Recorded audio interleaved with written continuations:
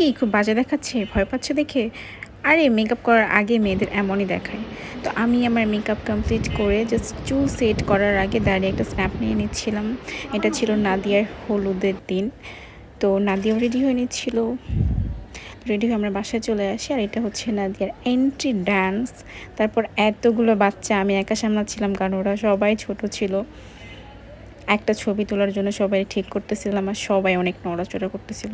তারপর বউকে আমরা সবাই কি খাওয়া জানি এটা বলে, আমাদের দিকে তো থুবড়া খাওয়া বলে। যে হোক, এই যে ছেলেরা সব কালো, ছেলেরা সব সাদা সাদা পাঞ্জাবি পরেছিল আর আমরা মেয়েরা পরেছিলাম রেড কালার ড্রেস। সুন্দর লাগছে না বলো সবাইকে?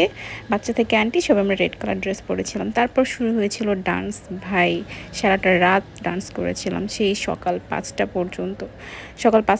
সকাল বলতে ভোর 5টা পর্যন্ত। আর আমি নাচলে আবার যাই না কেন, চেয়ারের উপরে উঠে যাই যেন সবাই আমাকে দেখতে পায়। তো এইরকম নাচ শেষ করে আমি ভোর 5টায় রুমে যাই।